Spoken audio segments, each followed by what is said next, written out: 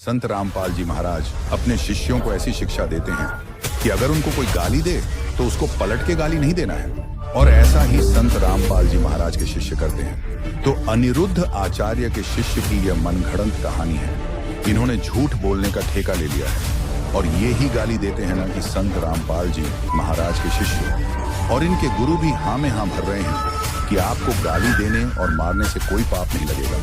ऐसे धर्मगुरु से तो बचकर ही रहें दर्शकों। आज इसी सवाल को विस्तार से क्लियर करने के लिए हम आपके बीच कुछ संतों के आध्यात्मिक विचार लेकर आए हैं। इस आध्यात्मिक ज्ञान चर्चा में एक तरफ है अनिरुद्ध आचार्य जी महाराज और दूसरी तरफ है संत रामपाल जी महाराज। इन आध्यात्मिक संतों में किसका ज्ञान सर्वोत्तम है? कमेंट करके हमें अपनी राय अवश्य दें। अगर इस चैनल पर आप पहली बार आए हैं तो फटाफट से वीडियो को लाइक और चैनल को सब्सक्राइब जरूर कर दें। तो चलिए वीडियो शुरू करते हैं। हिंदू हैं, वो दूसरी पंथ में जा रहे हैं। वो संत रामपाल जो उनके अच्छा रामपाल के चेला हैं। हाँ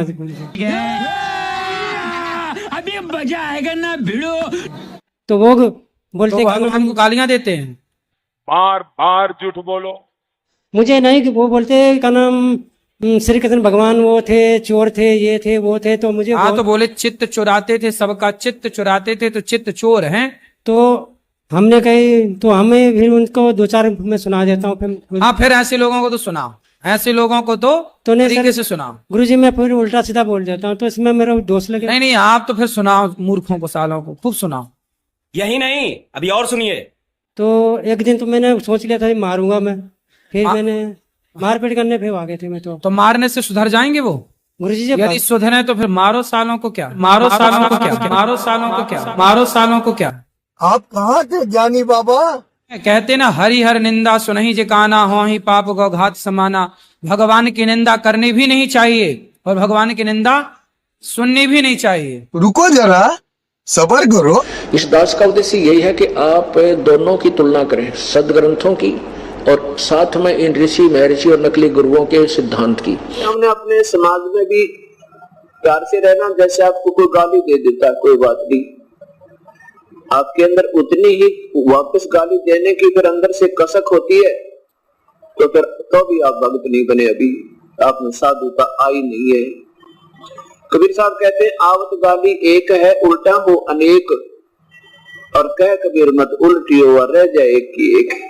एक ने गुस्से में आकर, क्रोध में आकर किसी के कहने सुनते या मिसअंडरस्टैंडिंग तक, किसी की गलत धारणा से मान ले आपको कुछ उठपटांग कह भी दिया, तो आप उसका तुरंत प्रतिफल में बदला मत दो, उसका तुरंत जवाब मत दो। फिर वो एक देगा, एक और दे देगा, वह दो ना हुए। दो जब होगी जब आप उल्टी दे दोगे, उल्टी गाली आप उसको पकड़ाओगे तो वो 20 और सुनाओगा और फिर हाथापाई हो जाएगी और फिर हानि ना जाने कहां तक पहुंच सकती है। इसलिए क्या बताते हैं कि आवत गाली एक है, उल्टा हो अनेक, कह कबीर ना उलटियो व रहे एक की एक।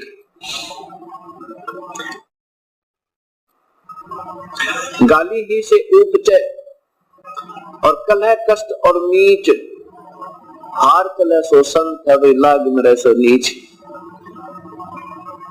अब गाली ही से क्या होता है कि हाथापाई हो, झगड़ा वगड़ा हो गया और फिर ना जाने मौत भी हो जाए किसी की। गाली ही से उपचय कलह कष्ट और नीच, नीच माने मृत्यु। हार चले सो संत है, हार जाना नो, अच्छा भाई चुप हो जा, बोले नहीं, वो नो सोचेगा तेरे से डर गया तो आप हार गए, बहुत अच्छी बात है। कहते हार चले सो संत है और लाग मरे सो नीच, उससे की तरह गुट्टम गुट्टा हो गया, कहते हो तो नीच राक्षस स्वभाव के, जैसे कल गीता जी बतावे थी, उत्तर गीता शास्त्र कह रहा था जो संत नहीं फिर होता है संत होते ही।